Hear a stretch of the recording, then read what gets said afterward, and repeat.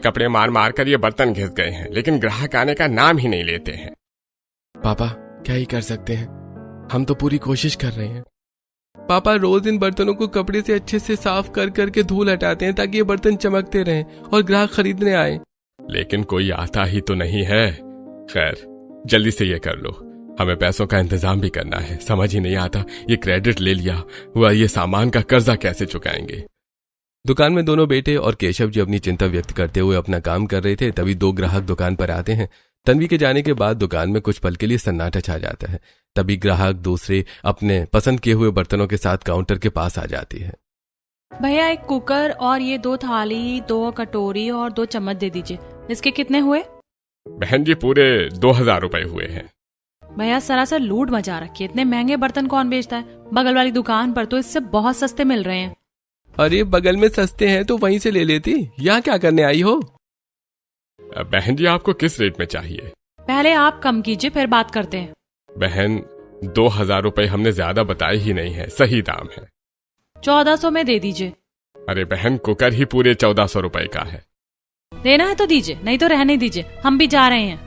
पापा मत दीजिए, नुकसान हो जाएगा। अच्छा बहन ले जाइए, 1400 रुपए दे दीजिए। बस ऐसे ही बात बनती है। ये लीजिए पैसे। नव्या खुशी खुशी बर्तन लेकर चली जाती है। दुकान में फिर से सन्नाटा छा जाता है। पापा आपने 1400 रुपए में क्यों दे दिए? इसमें तो 1 रुपए का भी मुनाफा नहीं हुआ। बेटा मूलधन तो निकल आया ना, अभी पैसों की बहुत जरूरत है, ग्राहक को जाने नहीं दिया। आजकल कोई किसी का एहसान नहीं मानता पापा। तभी दुकान के बाहर 4 लोग गुस्से में आते दिखाई देते हैं। उनके कदमों की आवाज सुनकर तीनों घबरा जाते हैं। क्यों केशव, पैसे कब तक दोगे? अरे भाई बहुत दिन हो गए इंतजार करते करते। अरे अभी तो पैसे आए हैं। चलो भाई पहले ये पैसे हमारे। नहीं बेटा, ये अभी अभी ग्राहक ने दिए हैं। ये दुकान अच्छी चल रही है और हमें बेवकूफ बना रहे हो। अरे हाथ मत लगाइए मेरे पापा को। अरे ज्यादा हीरो मत बन। अरे शांत रह, अभी कुछ मत बोल। जल्दी हमारे बाकी पैसे भी दे देना, नहीं तो अगली बार अच्छा नहीं होगा। अगली बार सीधे सामान उठाकर ले जाएंगे। चारों गुंडे पैसे लेकर चले जाते हैं। दुकान में फिर डर और चिंता का माहौल बन जाता है। कब तक सहेंगे हम? मजबूरी है बेटा। समझ नहीं आता ये कर्जा कैसे उतरेगा। शाम को तीनों दुकान बंद करके घर पहुंचते हैं। घर में एक बिचौलिया बैठा हुआ फोटो दिखा रहा होता है। आइए आइए, देखिए ये लड़की कैसी है, हमें तो बहुत पसंद आई। भैया जल्दी देखो ना। मुझे तो देवरानी पसंद नहीं आई। मुझे तो चाची बहुत सुंदर लगी। भाभी तो यही बनेंगी मेरी। ये भाभी और कितना कपड़े से पानी साफ करूं मैं? आप भी झाड़ू लगाते लगाते थक गई। आने तो बारिश का पानी, अब जब बाहर बारिश रुकेगी तभी अंदर भी पानी आना बंद होगा। अगर अभी पानी साफ नहीं किया तो फिर आगे की तरफ जाकर जम जाता है और फिर वहां से हटाने में तो और दिक्कत आती है। कुछ ना कुछ तो जुगाड़ करना पड़ेगा, वरना अगर बाहर 8 घंटे तक बारिश होती रही तो 4 घंटे तक हम पानी ही साफ करते रहेंगे। लगातार बाहर बारिश की वजह से अब चट्टानों से बने इस परिवार के घर के अंदर भी धीरे धीरे पानी आने लगा था, जिसे साफ करते करते पहले गर्भवती बहू नेहा और बाद में शिवानी, अलका, यहाँ तक कि संगीता की भी हालत खराब हो जाती है। मैं तो अब बैठ रही हूँ, जितना पानी हटाना था हटा लिया, अब जो जमेगा उसको बाद में हटा लेंगे। संगीता थक कर बैठ जाती है कि तभी अलका की नजर चूल्हे के पास रखी लकड़ियों की गठरी पर जाती है, जो कि अंदर आ रहे पानी की वजह से पूरी भीग चुकी थी। अलका जैसे ही जाकर उन लकड़ियों की गठरी उठाती है तो देखती है कि उनमें से पानी टपक रहा है। ये लो लकड़ियाँ भी भीग गई। अब मैं इतनी बारिश में बाहर जाकर लकड़ियाँ लाने से रही। पता नहीं तुम लोगों का ध्यान कहाँ रहता, एक काम ढंग से नहीं करते। इतना सा घर संभालने के लिए तुम चारों हो, लेकिन फिर भी नहीं संभलता तुमसे। और एक मैं थी जो अपने समय में कोठी जैसे बड़े घर भी अकेले संभाल लेती थी। ये तो हर बात में दादी अपना समय लेकर बैठ जाती है। मेरा बस चले ना तो इन्हें टाइम मशीन में बिठाकर इनके समय में ही छोड़ाऊं। काफी देर तक बारिश होने के बाद अब धीरे धीरे बारिश धीमी हो जाती है, जिसके बाद अब दोनों बहुएं मिलकर सबसे पहले कोने में जमे सारे पानी को बाहर निकालती हैं। वहीं अलका चूल्हे में पहले से बची थोड़ी बहुत सूखी लकड़ियों को इकट्ठा कर उन्हें जलाकर सब्जी बनने के लिए रख देती है। जिस हिसाब से लकड़ियां बची है ना, मुझे तो लग रहा है कि रात का खाना बन जाए वही बड़ी बात है। थोड़ी बहुत बची लकड़ियों के बुझने से पहले ही अलका जैसे तैसे कर उसमें थोड़ा बहुत खाना बनाकर रख देती है। इसी तरह दिन गुजरता है और अब धीरे धीरे शाम होने को आती है, जिससे उनके चट्टान के घर के अंदर अंधेरा होने लगता है, जिसे देखकर संगीता अब घर के 2 से 3 कोनों में लालटेन जलाकर रख देती है। दिन में तो फिर भी ठीक है, लेकिन रात में ये चट्टान से बना घर किसी भूतिया हवेली से कम नहीं लगता। इसे तो कुछ बोलने का ढंग ही नहीं है। अरे इतना तो अच्छा घर है हमारा, और लोगों की तरह थोड़ी ना जो हर साल घर की मरम्मत करवाओ, और इसका तो हमें किराया भी नहीं देना पड़ता। हमें आदिवासी जिंदगी जीने पर मजबूर कर रखा है। अब घर के सभी लोग चट्टान के घर की दहलीज पर आकर बैठ जाते हैं और बाहर के ठंडे मौसम के मजे लेने लगते हैं। वहीं घर के मर्द आकाश, संजय और कमलेश, जो तीनों अभी अभी फैक्ट्री का काम खत्म करके चट्टानों के रास्ते होते हुए ऊपर घर की तरफ आ रहे होते हैं। इसीलिए कह रहा था तुम दोनों से कि थोड़ा जल्दी निकल लो, अब हो गया ना अंधेरा, ऊपर से लालटेन का तेल भी खत्म हो गया।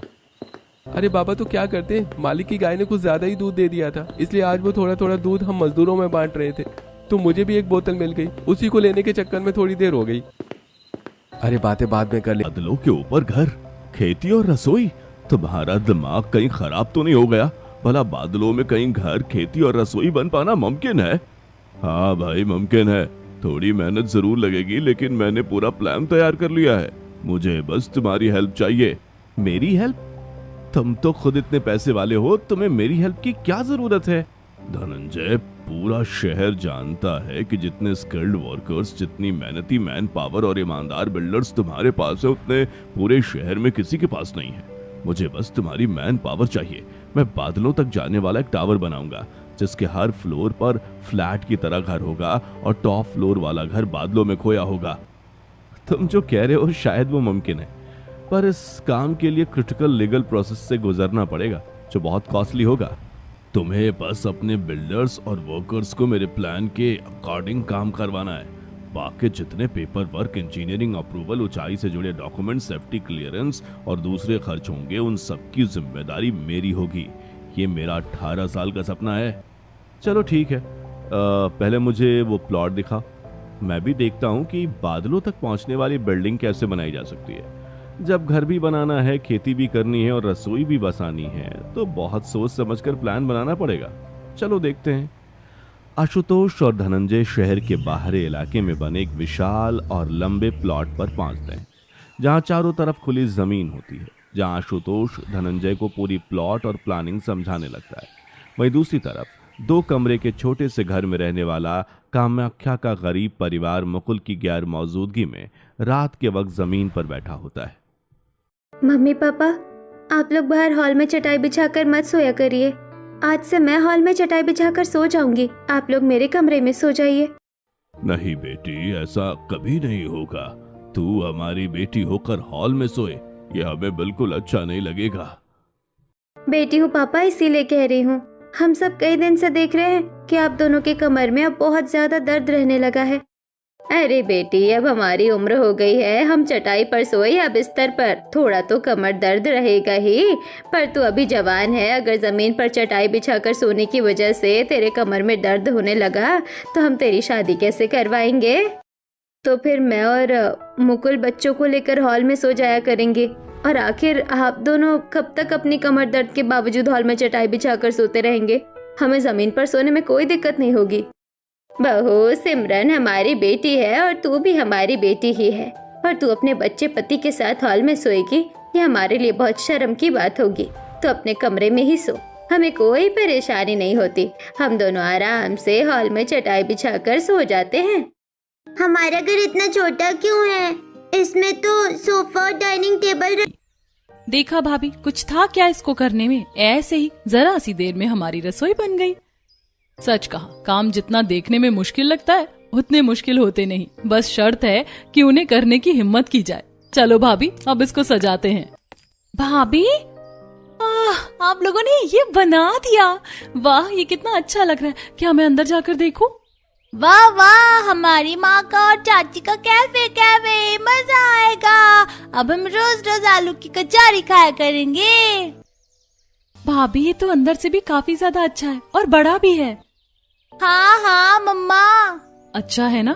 मैं तो इसको देखकर ही खुश हूँ। पता नहीं जब काम करूंगी तो कैसा महसूस होगा। सुषमा बहन, उस दिन की सुजाता जी की बहू की बेइज्जती आज तक भी नहीं मैं भूल पाती हूँ। हाँ हाँ, मुझे भी बड़ी खुन्नस आती है उस दिन को सोचने के बाद। तो देख देख देख, ये यहाँ सारी की सारी क्या कर रही हैं? पता नहीं क्या ये मुर्गी का दरबा बनाकर उसको पूज रही हैं। ओ सुजाता की बहुओं, ये माचिस का डिब्बा क्यों बनाया है? ये माचिस का डिब्बा दिख रहा है आपको? हमें तो उससे भी बदतर लग रहा है। पता नहीं क्या बनाकर इसकी पूजा कर रही हो। बहन, ये कोई माचिस का डिब्बा नहीं है, मेरी बहुओं का कैफे है, कैफे। लेकिन तुम क्या जानो कैफे? मेरी बहुएं आलू की कचौड़ी बेचेंगी और अपना काम चलाएंगी।